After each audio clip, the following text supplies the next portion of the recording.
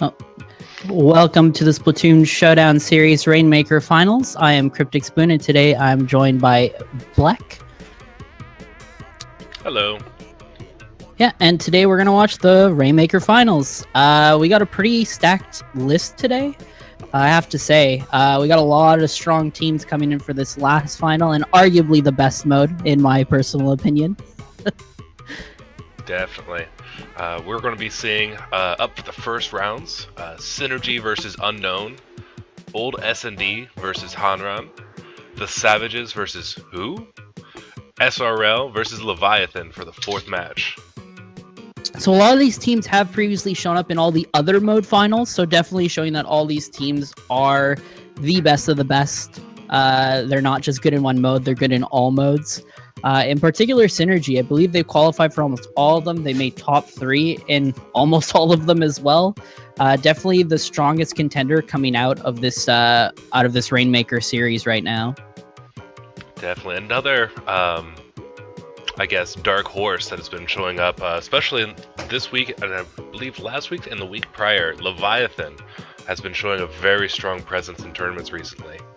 Yeah, definitely that. Yeah, dark horse, like you said, came out of nowhere, started showing amazing results. I'm very excited to see how they're gonna stack up in this Rainmaker final. Specifically in Rainmaker, for anyone who's new to the game, it's a game where you have a gigantic golden fish, and you carry it from the middle area to the enemy base, and whoever can bring it the furthest into the enemy base wins the game. This is the most volatile game type that we have in Splatoon at the moment. So it definitely leads to some exciting matches and some strong upsets as well. Like, we're touting Synergy as being the top team at the moment, but it can go any way in these type of matches. Definitely. For those of you who are tuned in during the Tower Control finals, it's much the same flavor, except everything's off the rails. Yep, so we're going to go right into the... We'll talk a little bit about the maps in the first best of 3. We have Hammerhead Bridge, Anchovy Games, and Walleye Warehouse. We're going to bring in Hitzel right now to give us a little bit of an update on how these maps should be played. So, Hitzel, what do you think? Hey, what's going on, guys?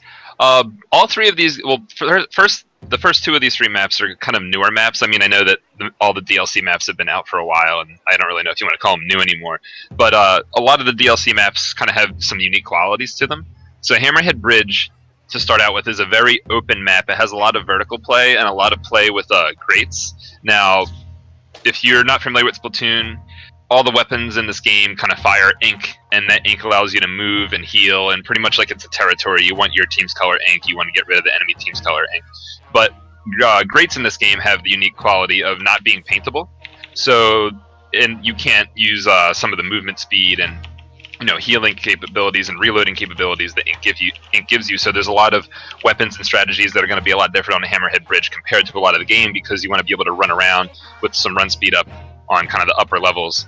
So certain stuff in that respect is going to be different. So you'll see a lot of splatlings, you'll see a lot of long range weapons that kind of keep a lockdown on the map while the enemy team can't move around as fast. So you'll kind of see like a more methodical type of play on that map, and you're going to see the Rainmaker trying to use someone with Rainmaker with run speed to try to run up on the top of the level to try to get the Rainmaker to the goal as fast as possible. So you'll see those kind of those stalemate situations that lead into like really devastating pushes. Anchovy Games, on the other hand, is almost the complete opposite. It's a very small, very arena-based map. There's some moving platforms, and while Hammerhead is, we can kind of expect that to be kind of a slow-paced map, Anchovy Games is going to be very fast-paced. We can expect a lot of quick respawn. We can expect a lot of movement speed and close-range weapons, so you're going to see like a kind of a flip-flop in style there. And of course, Walleye Warehouse to round it out. Well, one of the original maps, very balanced map. Long-range weapons are good there, close-range weapons are good there. So if we do see some teams that kind of stack up, and maybe one team is kind of better at long-range, one team's better at close-range, or we're likely to see kind of like a fair game, I guess, for Game 3. Yeah, definitely. Walleye is definitely that neutral area map. So, Hitzel, how do you feel about Rainmaker in particular? What kind of weapons do you think we're going to see out of this game type in these finals?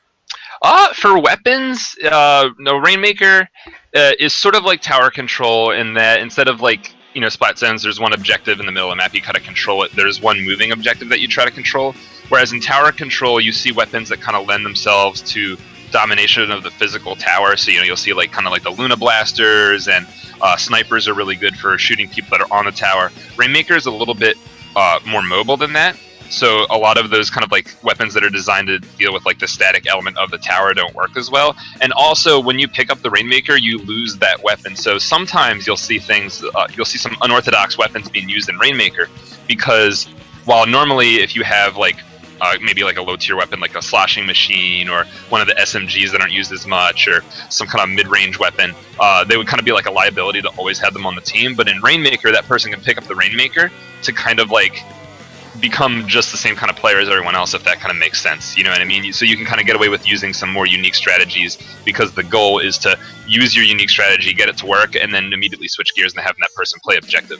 So that's really cool. Also things like you're going to see a lot more splatter scopes instead of E-leaders in this type of matchup. Normally in every other match, you do see an E-leader, and yet they're still super strong on Rainmaker because they are the definitive weapon to stop pushes. Splatter scope allows a little bit more mobility, so you can kind of snipe a little bit on the go while staying defensive.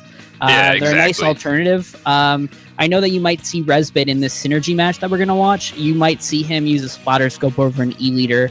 It's been a new trend that's recently been coming up, and it's really exciting to watch that type of play. It makes pushes a lot faster, and it allows recovery a little bit quicker too. And as well as using a splatter scope over E-leader, you might also see some splatlings being used over E-leader. I do expect splatter scopes to be used at least by one team on Hammerhead Bridge in particular. Splatlings, they have good run speed. Hammerhead Bridge needs good run speed. They have good range. Hammerhead Bridge needs good range. Although instead of running a splatling instead of an E-leader on Hammerhead Bridge, sometimes you'll see a team run both, where they have the long range option of the E-leader, and then they have the other long range but more mobile option of the splatling. And then if that splatling picks up Rainmaker, again, all of a sudden you're not dealing with a team that has like these two long range weapons that can't push. You have a normal team, and the Rainmaker's all of a sudden really mobile. So really cool. Yeah, and for those who don't know, there was an update within Splatoon that added something called light depletion, where there are some weapons that are actually significantly faster than other weapons. So heavier weapons that you feel are heavy, like if you can imagine a gigantic E-leader, they typically run slower than, let's say, a splatter scope, than, let's say, a tented tech. So you're going to see a lot of weapons that want to take advantage of the faster pace of each weapon, and as well of the special charge that's barring up on Hammerhead. It's one of those very, very unique maps where squid form is very much less important than any other form in the game. One last thing I think that's worth mentioning about this game type compared to other game types is that in a lot of the game types, there's this kind of special meter management that's kind of unique to that mode. Whereas in tower control, when you're on the tower, the game slowly gives you a little bit of meter. When in splat zones, when the other team has a zone, you slowly get a little bit of meter. But in Rainmaker, when you are not in the lead and the enemy team, when the enemy team has the Rainmaker, or when it's neutral and you're not in the lead, you gain a lot of meter, especially when the enemy team has the Rainmaker. And because of the way that special meter works in this game, certain weapons being able to retain meter more, some weapons being able to retain meter less, you'll see a lot of teams opt to run like a light depletion Kraken weapon, like let's say like a custom range blaster or a slosher deco or a Hydra. You know what I mean? These invincibility weapons that they can die, come back with a lot of their meter still intact, and then if the enemy team picks up the Rainmaker, you get that boost in special meter, you're right back in it. So you'll see a lot of teams kind of abusing the way that meter gain works in Rainmaker to kind of make different use of invincibility weapons. Yeah.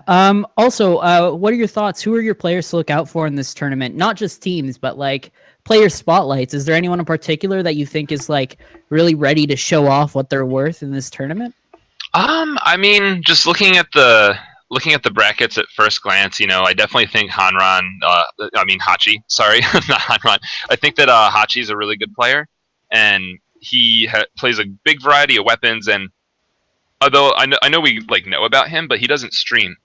And a lot of times good players that don't stream don't get quite the mainstream attention that they would get if they did stream. You know what I mean? So I think if we get to see some matches with Hachi playing, I think that he's a good team to watch. Also, some of the members on old SND, like Boxer and such, good players that that haven't been around for a little bit, and they qualified, and they have some play styles that might be just kind of refreshing for us to watch.